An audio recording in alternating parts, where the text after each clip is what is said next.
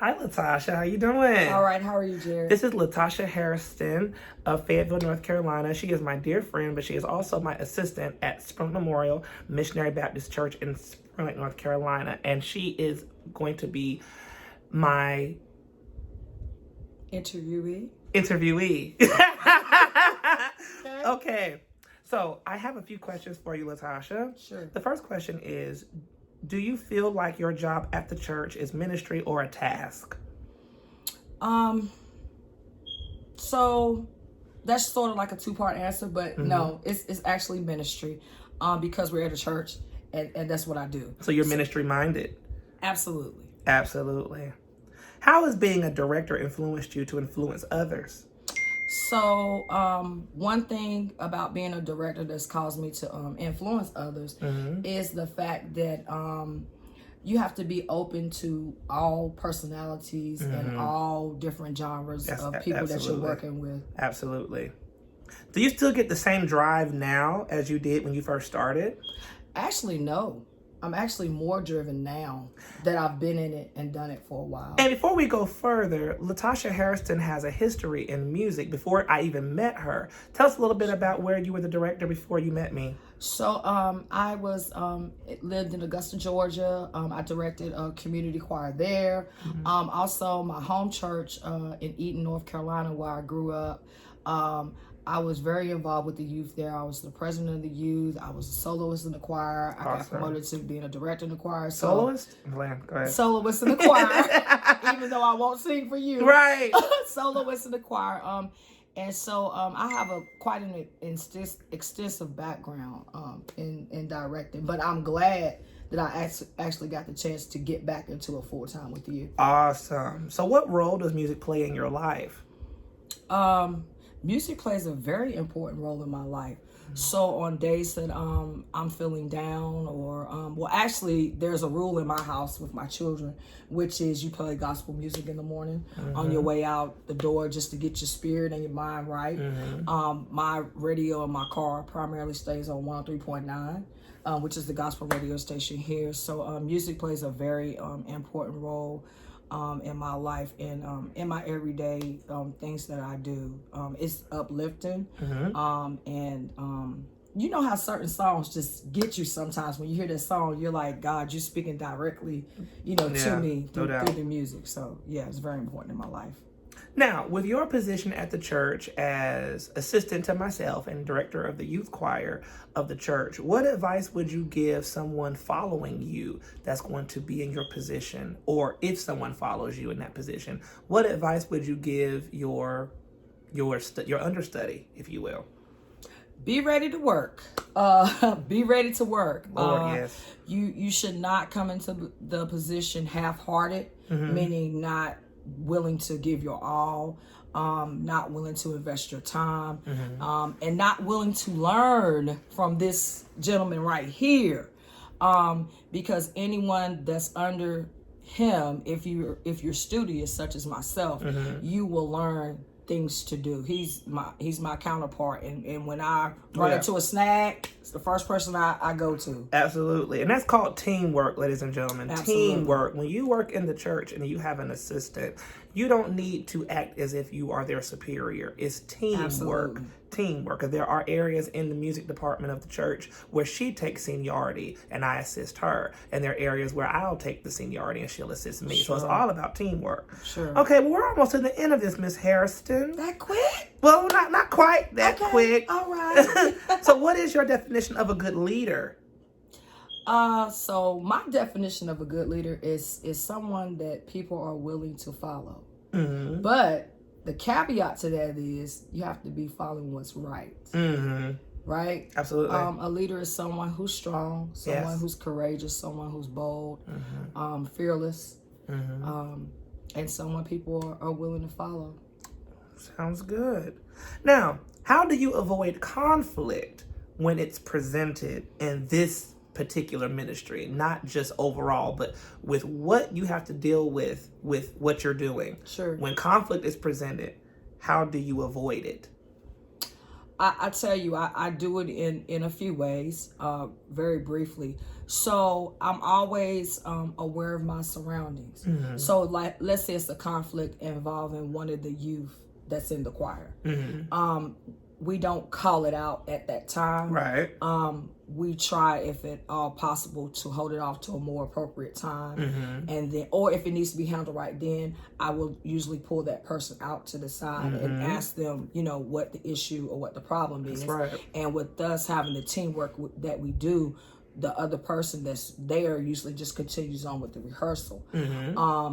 If there's a conflict with the leadership, those are meetings that we have after we've done our job, after practice, and we just try our best to resolve the issue by talking it out, seeing both sides, and trying to figure out a happy medium that we can, go to solve whatever the issue is. Sounds good to me. I should take notes from you about avoiding conflict. So what is your inspiration? What has inspired you to do what you do? What has inspired you to take on the vein? I tell you what, let me go back. Whenever you were first given the task to direct the choir at your former church in Georgia, right, what inspired you to do that? Did they need help? Were they not good? Did someone pressure you to do it? Well, it was actually a community group that I directed back in Georgia. Got you. So with that, I actually had not had a home church down in Georgia for a while. So I was looking for an organization where I could do ministry through song. And it just so happened that where my mother worked at, she knew some co-workers who had a community gospel group. And when I initially went in there, they were unorganized.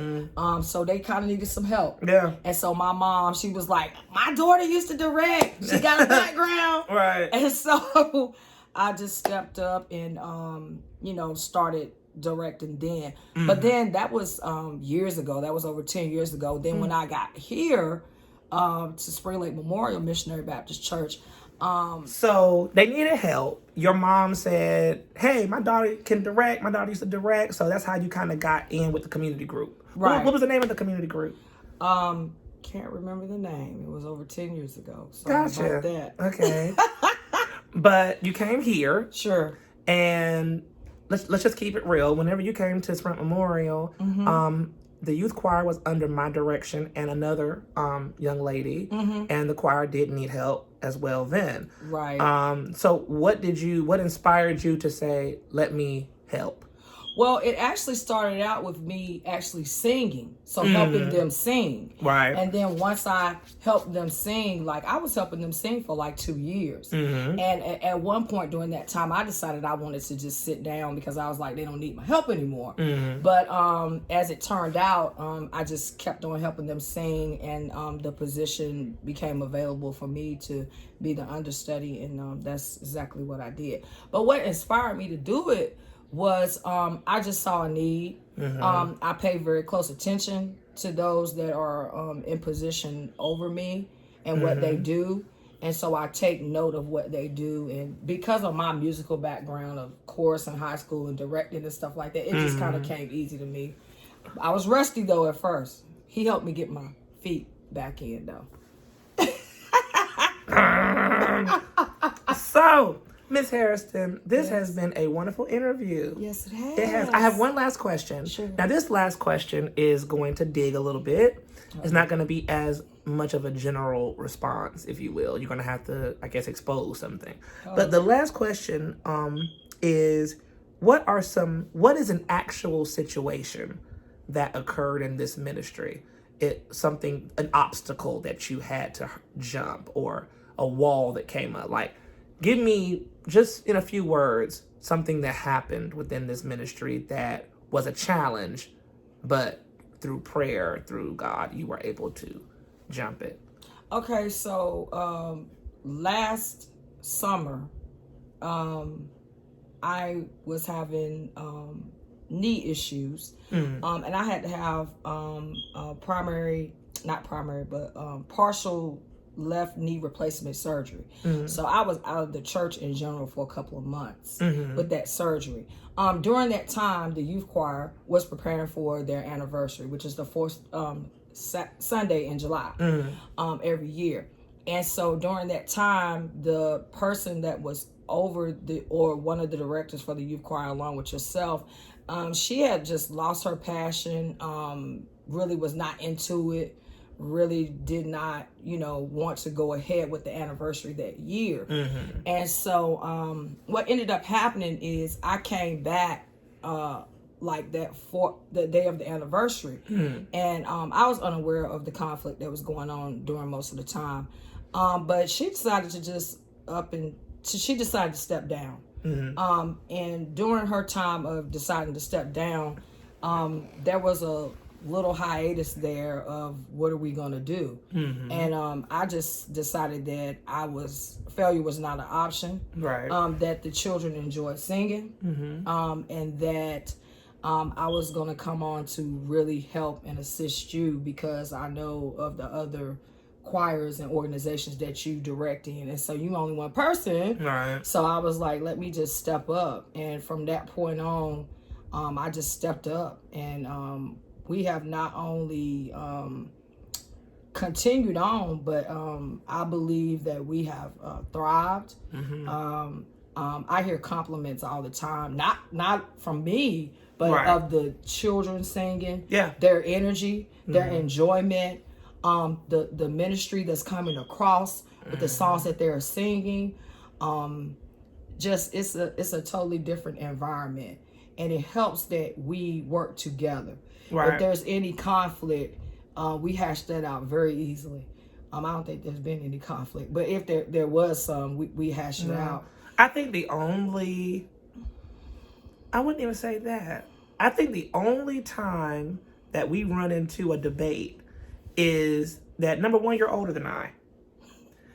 When I say that, I don't mean... Why are you telling everybody how old I am? I don't mean that in the joking way. Anyway. I mean that let's say this. You have dealt with children, youth, a little more than me. Sure. I work with them at school, whatever like that, but you actually have children of your own. Sure. So you know different ways to deal with certain situations with youth that I don't know. You know what I'm saying? I'm the kind of person, I like to avoid conflict. I like to turn a blind eye or a deaf ear to it because I don't want to deal with it. Right. Because I've been through situations in ministry where it got so bad that I'm just like, you know what? I don't want to even entertain it because I don't want it to go there. But sometimes, like you said, you have to pull them aside. Got to go ahead and call it out for what it is. Well, Ms. Hairston. Yes. I put a little pointer in there just in case someone watches this.